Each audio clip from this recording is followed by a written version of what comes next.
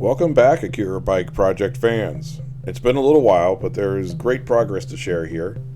We left off the last video with the construction of the custom coolant system, making an expansion fill tank and an overflow tank and upgrading the whole system to a split radiator setup. So next up, I'll be making a seat. This isn't going to be like a normal motorcycle seat though. This will be more like a racing bucket seat, or at least something midway between the two. A big advantage of recumbent motorcycles is the seating position and the comfort, fatigue mitigation, and restraint options that offers. So this seat will need a base, back, headrest, and shoulder supports. Like the rest of the build, my primary focus here is to be a functional and useful vehicle and building a recumbent motorcycle platform, and secondarily inspired by Kaneda's ride. So a direct copy of Kaneda's bike's seat isn't going to work here. The seat needs to be functional, comfortable, and buildable. I played around with a few variations, from a carbon fiber seat pan with pads directly mounted to a more hybrid approach with a subframe, composite paneling, and then attached padding. Upon balancing the relative advantages and disadvantages of each method, I decided to go with the hybrid approach. One of the reasons was that I want the back and headrest of the seat to be able to fold forward to provide access to the engine, cooling components, and a storage area. Having a subframe makes that much easier.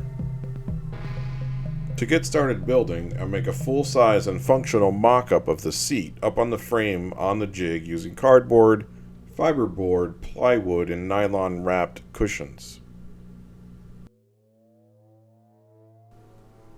With that, I could do an in-place fit and comfort test. Oh yeah, that is perfect. Very comfortable. I feel very well supported everywhere. There's no edges digging into any weighted areas. Looks very good. Feels very good.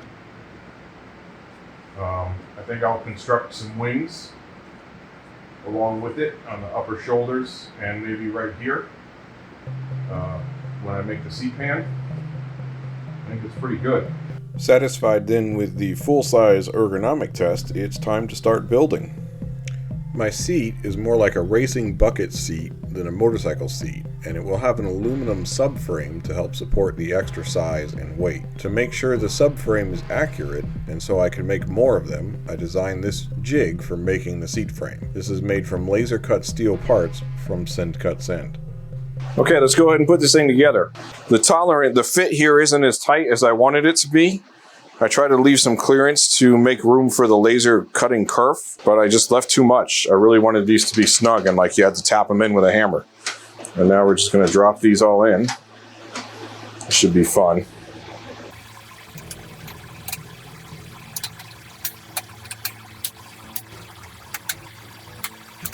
All right, we're on. Nice. These tabs are what line up the aluminum subframe for the seat. They're supposed to be just 1/4 inch cylindrical dowels, but since I had them laser cut from 1/4 inch steel plate, they're going to have a rectangular profile. Some quick grinding gives them a decent rounded profile though. If you were to machine these from a block to get that perfectly rounded profile, it would be absurdly expensive. Okay, I have all the tabs done that locate the aluminum parts of the seat frame. Let's go ahead and put it back together. And I'll start welding it.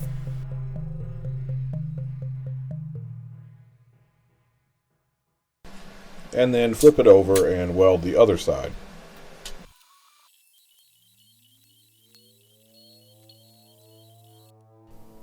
And after the welding is done, I will clean it up with a flapper disc.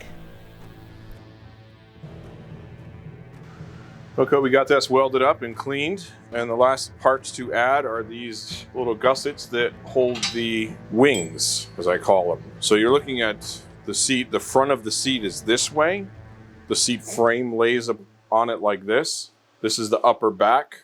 This is kind of the neck area, and this is the head. And this will support sort of these structural wing pieces that stick out, and they form like kind of a bucket type shape of the seat to help keep you in place in it. These have the same tabs in them, and they just have a slot there.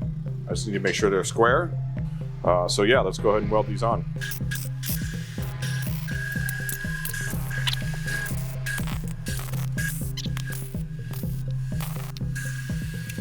Okay, let's try a quick fit test of this before I paint it. Okay, first we're starting at the top of the head, and then we are going down the neck. Already, I have a problem. Oh, no, not too bad. That actually fits. Wow, look at that.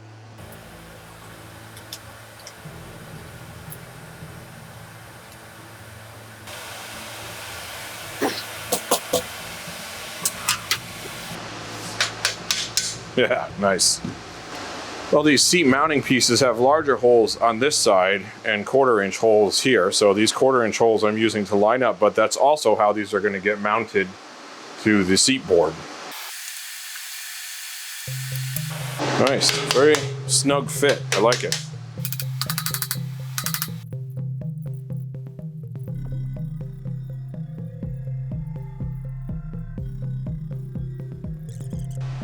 Okay, here's what I suspect is going on, is the accumulated extra distance from the kerf over the whole length of this is adding some distance. And also this particular horizontal piece, because there was so much slop in the tab and slot here, I designed too much into it. Every one of these pieces could move like this, like this, like that.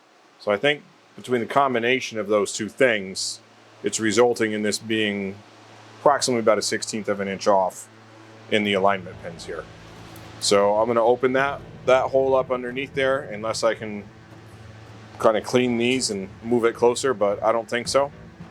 And move forward. Okay, that's going together pretty nicely. I just had to trim the tabs down a little bit. Everything fits well.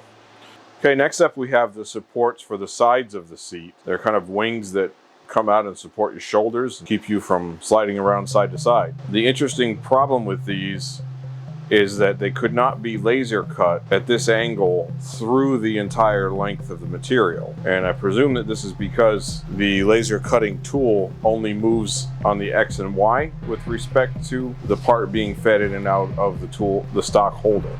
In other words, this piece can't come forward, rotate like this, and have a cutting tool come at an angle like that.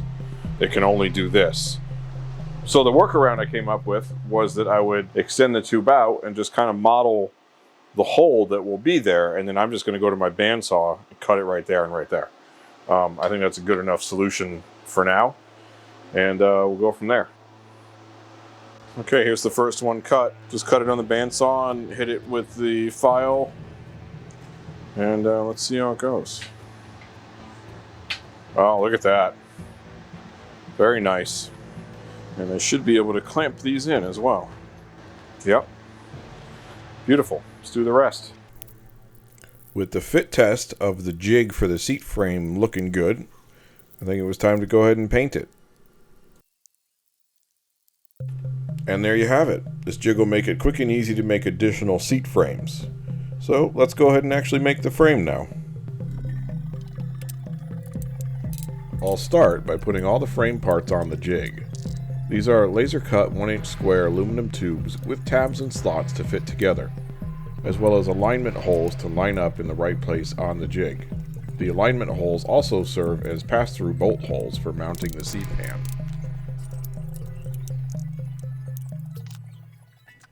I'm using a small rubber mallet to avoid marring the surface of the aluminum tubes, and then C-clamps to hold them firmly in place.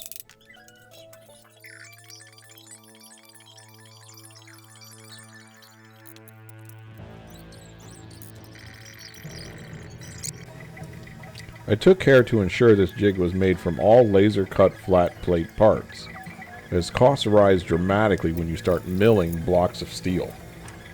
So a set of spacers are clamped together with the secondary plate at the bottom of the jig to serve as the mounting alignment jig for the rod that connects the seat to the frame at its base. The seat is hinged at this rod so the entire seat can swing forward and open a storage space behind it, as well as add additional access to the engine and coolant system components. The seat frame is not symmetrical here, with the notch making a little bit of extra room for the coolant system's overflow tank. Alright, this is what we got. I think that is pretty good. Just to make things easier later, I'd probably do 2 long bolts with a coupling nut in the center. Because to take this off, I'm going to have to completely unthread it all the way through. Okay, that is looking pretty good. I'm happy with the way that fit together and worked out, and I think we're good to start welding.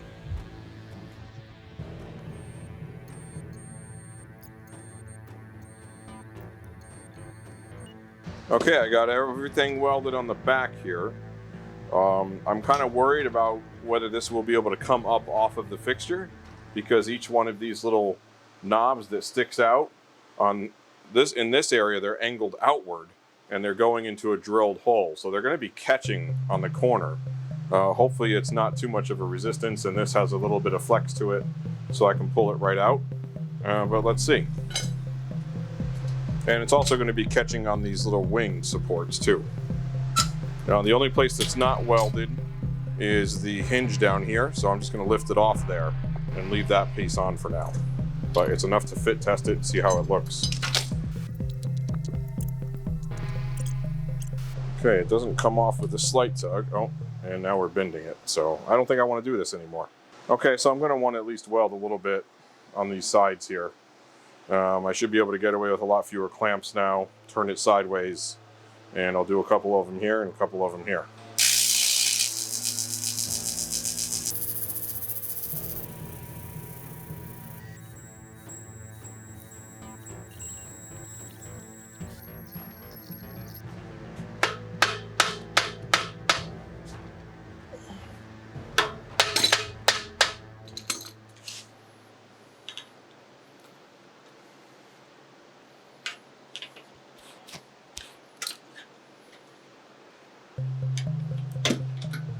All right, I heard a nice satisfying click sound.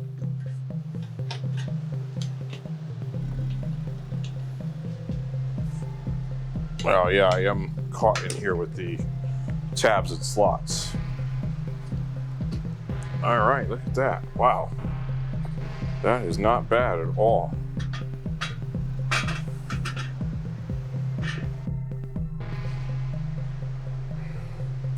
Pretty good.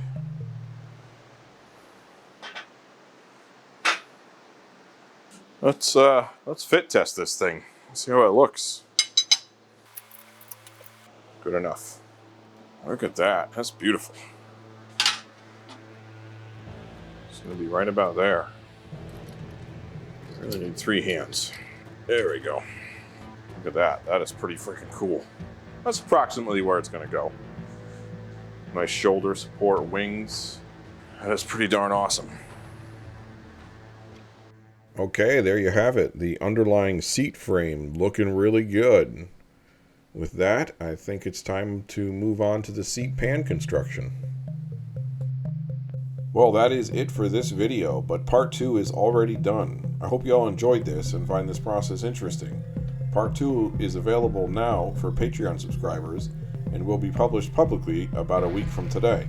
But if you want to see it now and see how awesome this seat came out and support this project, please become a Patreon member for as little as $1 a month. I'd like to give a special thanks again to my patrons that help make this build possible.